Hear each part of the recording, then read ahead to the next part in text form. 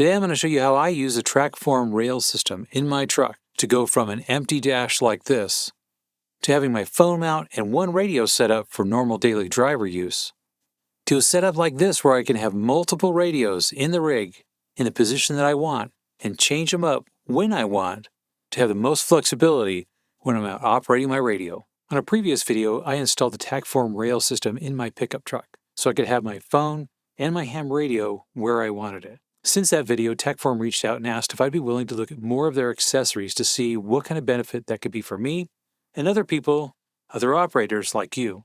Tackform did send out these components of this system for me to take a look at, and in this video, all my experiences and my opinions are my own. Now, the first radio I'm going to adapt for my Tackform system in the truck is the 857. It comes as a single put-together unit, and like most Yaesus, they have a detachable faceplate. For the head unit, I've got the remote kit, which comes with the bracket and some of the cables. For the 857 mount, I went to the hardware store and got some basic things. I've got some of these, I think they're called T-nuts. They're 1/4 on one side and kind of flat on the outside, so they'll fit flush inside of my mount like this. They did stick out, so I used some rubber fender washers to take up that gap. And the advantage of having a rubber fender washer is when you screw it down to this ballhead mount that's for a camera mount, it tightens right up. It's got some vibration elimination, and it fits really solid.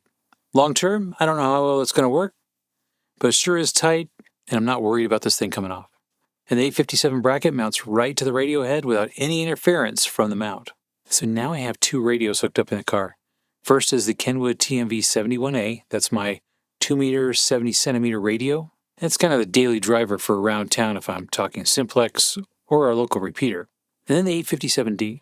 Having this set up for operating on the passenger side, if I'm, let's say, at Parks on the Air or doing a contest, I don't have to have my steering wheel in the way. So this is a great setup. And the microphone can also be over here, which is really helpful. So now I want to expand on this Tackform system that's in the rig. It really is a system, I think, and that's why I'm so enthusiastic about this, because I'm not stuck with a specific location.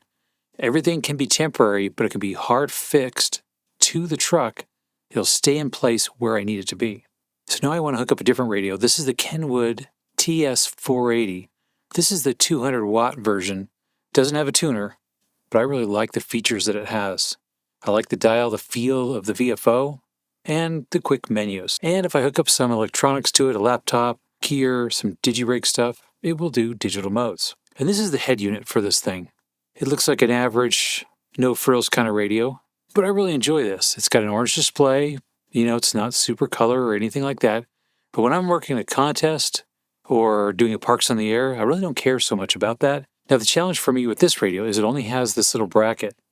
It's a clip-on bracket where the radio hooks onto, and it pivots back and forth. So I decided to take advantage of the 3x8 millimeter holes that are on the back of the radio to mount this bracket on here. And it's just some scrap aluminum that I had laying around.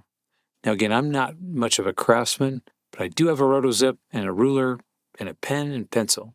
And because this is for my entertainment, it doesn't have to be that fancy. If I was a machinist, I'd be pretty embarrassed about this. But I'm not, so I think it's going to be pretty darn fun.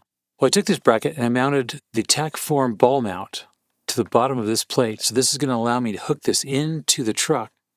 And I can spin this around, give it a clamp down, and set it up for whatever operating I want to do. So having this bracket on here gives me the flexibility to run the third radio. And for the most part, I never permanently mount my HF radios in my vehicles. They're just too valuable to have for doing portable operating somewhere else, whether it's going to be in a backpack or in my camper or something like that. So I made this so I can push the bracket out, and I'm ready to mount this thing to my Tackform system. Now, because I put this together so quickly, I left the angle section here a lot longer. I might even paint it if I get ambitious. We'll see how it goes on my next contest. If it works out really well, I may try to make it look nice. Having the passenger side set up with the microphone on both driver's side and the passenger side is very helpful. And having the two different microphone styles, the one that's more got the two fingers that you fit the microphone in between, that's a super tight fit. But if you're off-roading, not a chance that that's falling out. The other microphone mount, the round one, looks sharp. It's a little looser. It's still not a problem. So for the two microphone styles that I tried, it seems to work okay. I do like having the microphone mount over on the passenger side, mounted to the vent mount. The vent mount is really easy to adjust. It's super easy to put in. There's no drilling or anything else like that required. And it'll let you move that microphone around in different positions, so it's not in one spot where it's inconvenient. So to begin with, the rail system is really clean looking. You put some of the ball heads onto the rail system, and then you can start experimenting with what different mounts you want to put on. I always want to have a cell phone mount. I really like having a phone mount onto the dash. It's very convenient. It's easy to put the phone on and to get it off, and it stays really solid.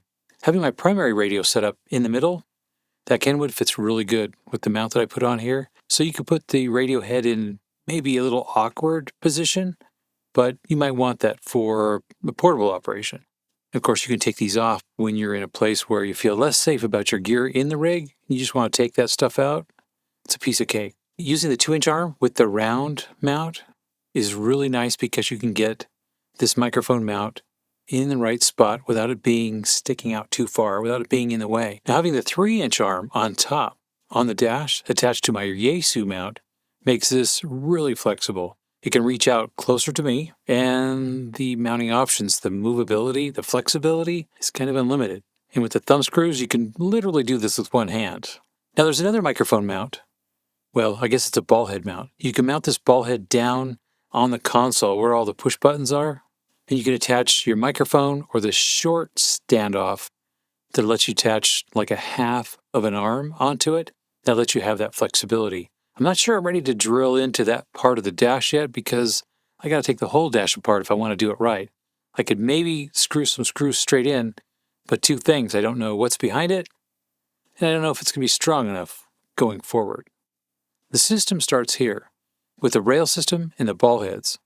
I really do like the vent mount because it fits on any of them, so you can have multiple vent mounts. And when you put it on the vent itself, it only fits on the top of the vent. But you can rotate your vent around and around, find just the right spot you want, and lock it down. Now the downside is your vent won't rotate anymore, so if you need to have the flexibility to move your vent to where you want, you won't have that. But the vent still will open and close. Using the vent mount with the 3-inch arm gives you a longer reach, so you have more flexibility to move a microphone mount like this, where you can get it out of the way or move it exactly where you want. It may look a little awkward from the top here, but I'm just giving you a view of the different positions that you can put these 2-inch arms to get everything where you want them. Moving the ball heads is easy. Loosening up the Allen head bolt on the top of each of the ball heads, sliding it to where you want, and give it a quick tighten. To something like this with 2 radios and a microphone. As for the parts and the accessories, the different mounting options, you've got this flush mount ball head adapter, so you can screw it to a surface, or if it's a thin surface, it comes with a back plate and screws so you can tighten this down and secure it to what you're trying to mount to. The next important accessory is the vent mount. The thing's built really nice. I like the way it looks, and the vent mount has good instructions on how this thing goes in. And the way they designed this, you can tell when it fits right into the vent here with this gap. All you have to do is screw that down. You loosen up the bracket, the inside plate goes into the vent, and as you screw the Allen bolts down, it tightens it up against the vent. The 2-inch arm with its thumb screw comes ready to go when you tighten this thing down. It even comes with these little nut covers. So if you really like the look of a closed system so you can't tell how it was put on, these things fit right in, and it gives it a finished touch. Could be like this microphone adapter or something else. As far as the mounting arms, the extending arms that hook to different ball heads, you've got the 2-inch and you've got the 3-inch. Both of them have different advantages and disadvantages depending on your application. But when they're locked down, they're not moving. The cell phone cradle works perfect for me the way it fits on a 3-inch arm. The camera mount is great because it's got a 1/4-inch 20 thread on this thing, and it's got a rubber surface on one end to keep that thing from spinning around or moving. And the thumb screw type wheel there that helps you lock it down makes it be kind of like a quick disconnect. And using a 2-inch arm to mount my GoPro to the dash lets me have the flexibility to move that thing around. I can aim the GoPro forward or facing to me if I want to do that. And its quick disconnect makes one more thing you can add to your system. Adding my GoPro to my track system is just that easy using a 2-inch arm and the ball head adapter for the 1/4-20. It gives me the flexibility to rotate my GoPro frontwards or facing back. And having a mount like this makes it super useful for me because I can take my camera on and off without any big hassle. The website link is in the description below where you can check out what systems they have that might work for your vehicle and your application. It's the best way to find out what might work for you. When you visit the Tackform.com website, you'll find options to pick whatever application, whether it's a vehicle or an application type or a type of thing you want to mount. That has the tools to show you what parts you're going to use to build a system of your own. Thank you, Tackform, for sending out these accessories and the rail system for me to try, to test out, and to show you guys how it works for me and my rig.